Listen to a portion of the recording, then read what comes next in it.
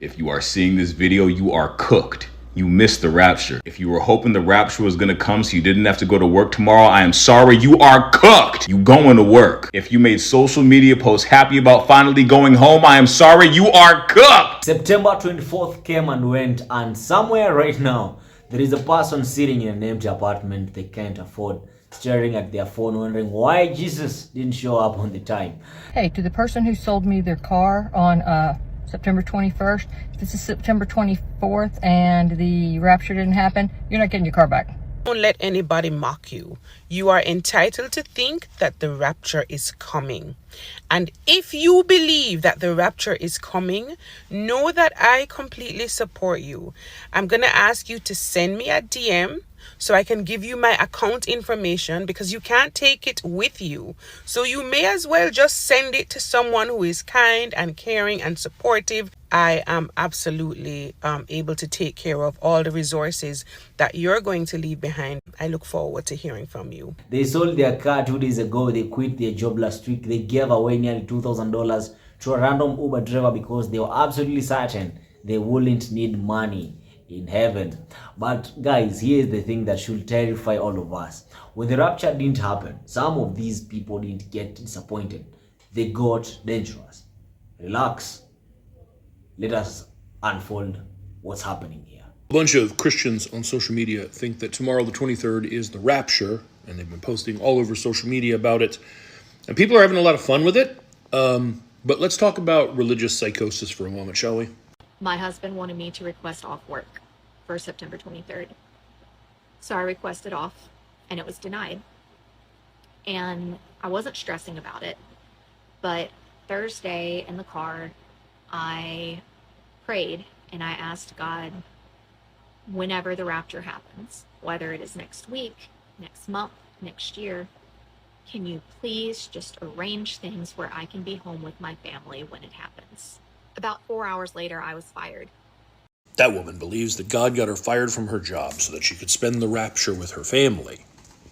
She mentioned later, like, oh, I just gotten some extra PTO days and stuff, but then they decided to be upset about something I've been doing for 6 months but didn't get upset about until now. So they found out that you were doing something wrong and they fired you for it. It's not divine intervention. That's just getting caught. Thinking like that is not rational or logical, and it's not a sane, well mind that thinks that way. But that's pretty harmless, it would seem. This next woman I'm going to show you, and by the way, I want you to go find none of these people. Oh, these people are not doing well. This is not about making fun of them, okay? But this woman, I mean, she is really struggling with this. Okay, I'm literally about to crash out. Are we not scared? Come on. To think that if the rapture is happening, if the rapture is going to happen in a few days, but they say it's going to happen, that means I only have a few days left with my kids. She said it herself. She's crashing out. She's having a full-on meltdown about losing her babies because of the rapture. That's her being inconsolable, just being a blubbering mess. That's not good. That's not a sign of a sound mind. That's someone who needs help. And later, when people were telling her that's religious psychosis, she just went into, oh no, it's my faith, and see, in the Bible it says this and that. Here's the issue with something like this. Everyone's having a good time laughing at the people making videos.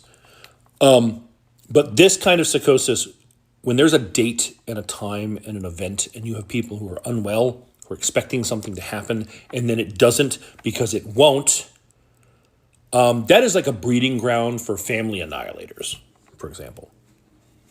Almost certainly someone is going to be like, what do you mean God didn't come get us? My children are supposed to be with God today. And then they take steps to make that happen. Be it a shotgun or a ball-peen hammer or making everybody pray in the garage while the car idles. This kind of stuff happens when we let people who are saying things that are clear signs of them needing mental help and just going, it's just their faith. It's just their belief. Leave them alone. They're harmless. They're harmless until they're not.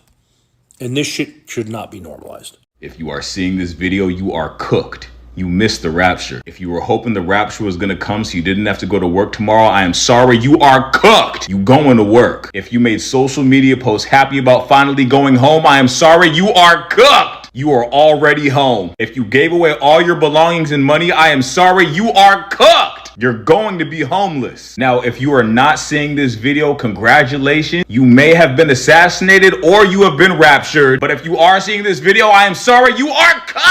Now, if you lead a good life, you can still get to heaven. For the next 70 years, I am sorry, you are cooked. If you believed a random South African man spoke to Jesus in his dream, I am sorry, you are cooked. You are Scam Likely Call's favorite customers. If you quit your job because you are ready for the rapture, I am sorry, you are God! Nobody's hiring. You going to DoorDash. Now, if you didn't believe any of this was going to happen in the first place, congratulations, you are safe from having to make an apology video. Like for part 2. If you are still here, Earthside, with the rest of us heathens on September 24th, 2025, what then? How does this change your ideology and how you move in this world? Will it make you reflect upon anything critically at all? Or will you just quietly move the goalpost? I don't want to hear about what you're doing to prepare your house for after you're beamed up or whatnot. I don't want to hear about all the Bibles you're stashing for those who are left behind because maybe they can find the Lord for its intrinsic value since the good ones have already been taken away. How will you change if you are still here on the 24th? That is all I want to know. So many of you justify your nonsense with this specific nonsense. So when you have put a timestamp, an expiration date on one of these things, what happens the day after it doesn't happen? Or does it not matter? Happy Rapture Day, bitch. Y'all still in this bitch. I bet y'all somewhere punching the mother. You thought you weren't going to work today, bitch, didn't you? Boy, y'all know y'all mother ain't me. I know y'all. I know it's somebody right there standing outside, butt booty and punching the air, mad as a motherfucker. Hell, y'all better off waiting on the goddamn aliens to come, bitch. Let me paint you a picture of what religious psychosis looks like in 2025. It starts with the South African prophetess, and I use that term loosely, telling women they need to wear G-strings and less panties to be raptured. Yes, you heard that right. Apparently, Jesus has some very specific lingering preferences for the end times. It sounds funny because but the absurdity does not stop there. We had people creating literal instruction manuals for ascending to heaven. Keep your hands free, they said, as if the Son of God operates like an Uber pickup. Sorry, can't take you to eternal paradise. Your hands are full of groceries. Guys, this is not faith. This is some mass hysteria with religious veneer. Now, I want you to imagine this scenario. You're an Uber driver. It's a regular Tuesday morning and a well-dressed couple gets in your car. They are crying, they're emotional, and suddenly they hand you nearly $2,000 in cash. We won't be here tomorrow, they tell you. Jesus is coming back. Oi. hey. This actually happened. A real couple living in what the driver described as a nice neighborhood, liquidating their assets because they believed the world was ending in 48 hours. They were not just giving away pocket change. They were planning to give away houses, cars, everything. I wish I was there to be given, by the way. And when September 24th rolled around and the sky remained stubbornly apocalypse free, where did that leave them? Of course, broke, homeless, jobless. But here's what makes this truly insidious. While these people were destroying their lives, others were actively profiting from their delusion. I watched clips of people literally asking for donations from this soon-to-be rapture, treating human desperation like a fire sale. Let me tell you something about human mind and extreme religious stress. It doesn't just break down gracefully. We are seeing people having full psychological meltdowns, described by witnesses as inconsolable. Like, you cannot console these people. Like, blowering the masses, you know. One woman was literally crashing out because she thought she was going to lose her children to the rapture. And this is where it gets genuinely frightening. When someone becomes convinced that their family should be with God today and God doesn't show up, what happens next? History has shown us repeatedly that this kind of prophetic failure can become a breeding ground for family annihilators, people who decide to help God along by ensuring that their loved ones reach heaven through violence. This is not hyperbole. I'm not talking about something like that. Like this is some documented psychological phenomenon that we are watching play out in real time on social media. Now, here's the bitter irony that should make every genuine person of faith absolutely furious, according to most Christian theology. The true rapture is supposed to come like a thief in the night, unannounced, unexpected.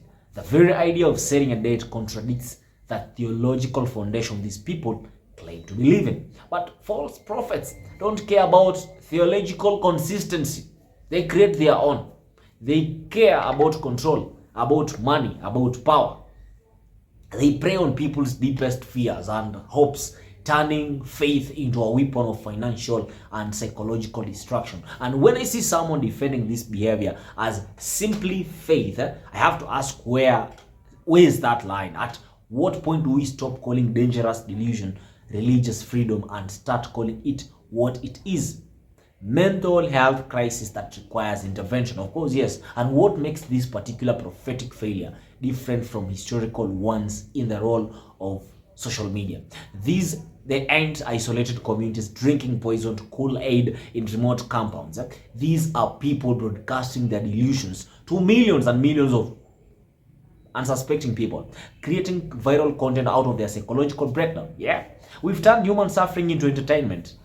People who are literally making jokes about being caught up in the in the rapture of Damba, while real human beings who are destroying their financial stability and mental health. And the algorithms don't even talk about it. They love this kind of content. Extreme religious content gets engagement, it gets shares, it gets revenue. The platforms are literally profiting from the amplification of dangerous delusions. So, what happens now? History tells us exactly what happens. The date gets quietly moved, the prophecy gets reinterpreted, the false prophets claim they were testing faith or that God showed mercy by delaying judgment. And the people who sold their cars, who quit the jobs, who gave away their life saving, what do? They have to figure out how to rebuild from nothing while grappling with the psychological devastation of realizing they have been manipulated by charlatans. Okay, some will learn from this experience.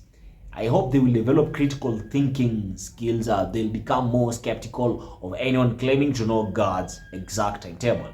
But others will just find new dates to believe in, new prophets to follow, new ways to destroy their lives in service of other people's delusions. And let me tell you something. This is not just about an American phenomenon. In my country, Kenya, there is a guy by the name Paul Mackenzie who convinced his followers to starve themselves to death. And even another, most recent, like 2 months ago, there's a place in Kilifi where I come from, Kwabinzaro, leave alone the Shakaula massacre. Same thing happened. So when we allow this kind of behavior to be normalized as faith, we're not just failing the immediate victims, we are creating conditions for more extreme versions of the same delusion to take root elsewhere. And let me be absolutely clear about something. Critiquing dangerous religious extremism is not attacking faith itself. Because when I speak like this, some people may think that I'm attacking the Christian faith. There are millions of deeply religious people who will be horrified by the behavior we've discussed today. People who understand that genuine faith doesn't require you to destroy your life based on some charlatan's specific timeline or timetable. I don't know if someone sleeps with God.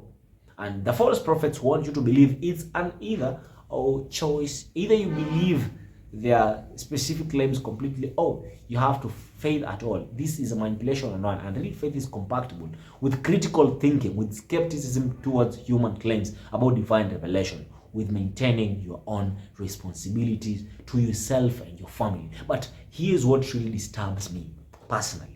The number of people who saw this behavior and said, well, that's their right to believe in.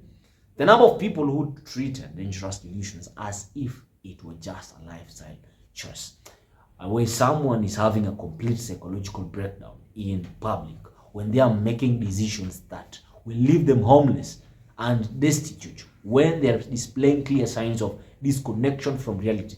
That's not when we shrug our shoulders and talk about religious freedoms. That's when we recognize a mental health crisis and respond accordingly. And the people around these individuals, I am gladly saying that they failed them. The social media platforms that amplify their content failed them. The society that treated their suffering as entertainment failed them. September 24th, 2025 will be remembered not as the day Jesus returned, but as the day we got another stark of reminder of how dangerous it is to confuse faith with fanaticism, right? Prophecy with psychosis. And the real tragedy is not just that the rapture didn't happen, it's that we live in a world where vulnerable people can be so thoroughly manipulated by their charlatans that they'll destroy their own lives chasing someone else's delusions. And until we are willing to draw clear lines between genuine religious expressions and dangerous mental health crises, until we are willing to hold false prophets accountable for the human wreckage they leave behind, we are going to keep seeing September 24th. Not now, not even now, but every time. And the question is not whether Jesus is coming back. The question is whether we're going to protect each other from the people who claim to know when exactly. Because faith shouldn't cost you everything, and prophecy shouldn't destroy lives. That's something worth remembering, by the way. Whether you believe in the rapture or not, it's worth remembering. Thank you for watching today. This is your boy, Afro. Thank you for watching. Thank you for supporting me. Like, comment, and share. Make sure that we become a family, become a community. I hope to see you in the next video.